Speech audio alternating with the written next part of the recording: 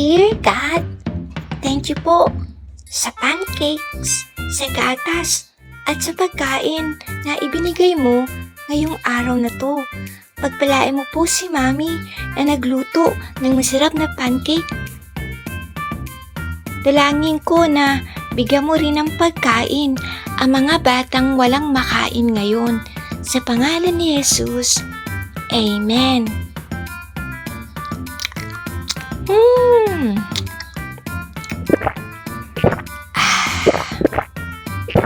Ang sarap!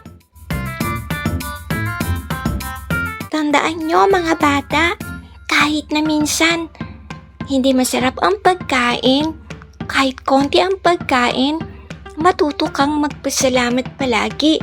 Imbes na magreklamo ka, bilangin mo isa-isa ang lahat ng pagpapalang ibinibigay ng Diyos.